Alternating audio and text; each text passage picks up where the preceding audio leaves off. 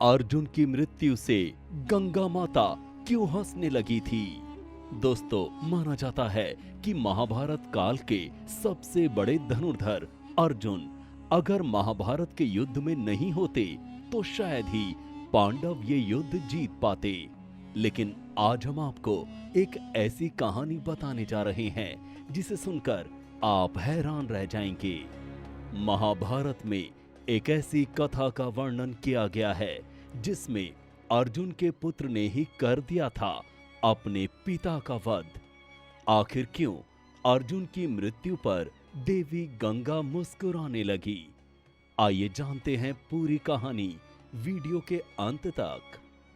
दोस्तों, कथा के अनुसार जब महाभारत का युद्ध खत्म हुआ तब युधिष्ठिर को हस्तिनापुर का राजा बना दिया गया था और कुछ दिनों के बाद भगवान श्री कृष्ण के कहने पर युधिष्ठिर ने अश्वमेध यज्ञ को शुरू कराया और प्रथा के अनुसार यज्ञ को अर्जुन के नेतृत्व में छोड़ दिया गया। जहां जहां घोड़ा जाता वहां अर्जुन अपनी सेना के साथ उसके पीछे पीछे जाते। दोस्तों, यज्ञ का घोड़ा कई राज्यों से गुजरा जिसमें कई राजाओं ने तो अर्जुन से युद्ध करने से मना ही कर दिया और जिसने भी अर्जुन से युद्ध किया उसे हार का सामना करना पड़ा। इसके बाद यज्ञ का घोड़ा मणिपुर पहुंचा जहां पर अर्जुन का पुत्र बब्रुवाहन राज्य करता था।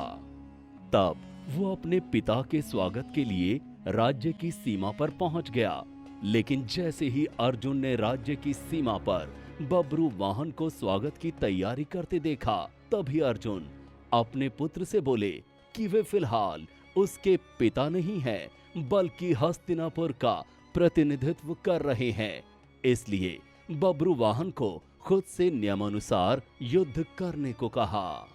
इसके बाद अर्जुन और बब्रुवाहन के बीच एक भयंकर युद्ध छिड़ गया और दोनों ही योद्धा बड़े ही प्रक्रम से युद्ध कर रहे थे। तभी बब्रुवाहन ने कामाख्या देवी से प्रार्थना करके दिव्य अस्त्र प्राप्त किया और बब्रुवाहन ने उस दिव्य अस्त्र को अपने पिता अर्जुन पर वार कर दिया, जिससे उसका सिर धड़ से अलग हो गया था। जब ये बात भगवान श्री कृष्ण और माता कुंती को पता चली तो वे दोनों मणिपुर पहुंचे और ये देखकर दोनों चौंक गए। तभी भगवान श्री कृष्ण ने देखा कि देवी गंगा अर्जुन की मृत्यु से मुस्कुरा रही हैं। इतने में श्री कृष्ण कुछ पूछ पाते कि देवी गंगा ने माता कुंती से कहा कि वो रो क्यों रही है, क्योंकि उनके पुत्र को उसके कर्मों की सजा मिली है। जिस प्रकार गंगा के पुत्र भीष्म का वध अर्जुन की वजह से हुआ था, क्या तब वो भी ऐसे ही रोई थी? आज गंगा ने इसका बदला ले लिया, क्योंकि जिस बाण से बब्रुवाहन ने अर्जुन का वध किया था वो माता गंगा के द्वारा ही बब्रुवाहन को प्रदान किया गया था। ये सुनकर भगवान श्री कृष्ण ने गंगा से कहा कि अर्जुन ने तो उस दिव्य बाण से आपका मान बढ़ाया है और भीष्म का वध उनकी इच्छा से ही हुआ था।